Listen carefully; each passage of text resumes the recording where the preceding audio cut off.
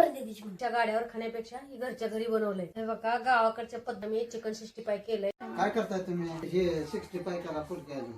बर 65 करते मस्त पैकी. चला पडशी करून घेऊया. हे 3 मिरच्या आहेत या, थोडं आलं लसूण,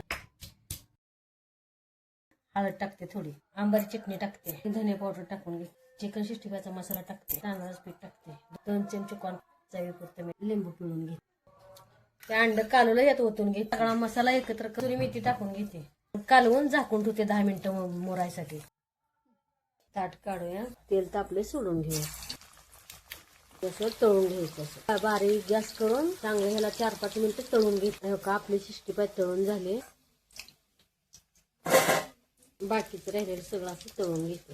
हे बघा गावाकडच्या पद्धतीनं मी चिकन 65 केलंय. बाहेर पाऊस पडतंय, आधी चिकन 65 अशी कुरकुरीत, त्याच्यासोबत श्वास, खायला इतकं खमंग केलंय. गाड्यावर खाण्यापेक्षा ही घरच्या घरी बनवलंय. आज ही करण्याचं कारण म्हणजे ही पोरगी आले, ह्याची खरी चव काय आहे आपण तिलाच विचारावं, ती सांगाल कशी झाली ती चिकन. जरी तुम्हाला चिकन 65 आवडली तर एक लाईक करा, शेअर करा, सबस्क्राईब करा, कमेंट करून सांगा.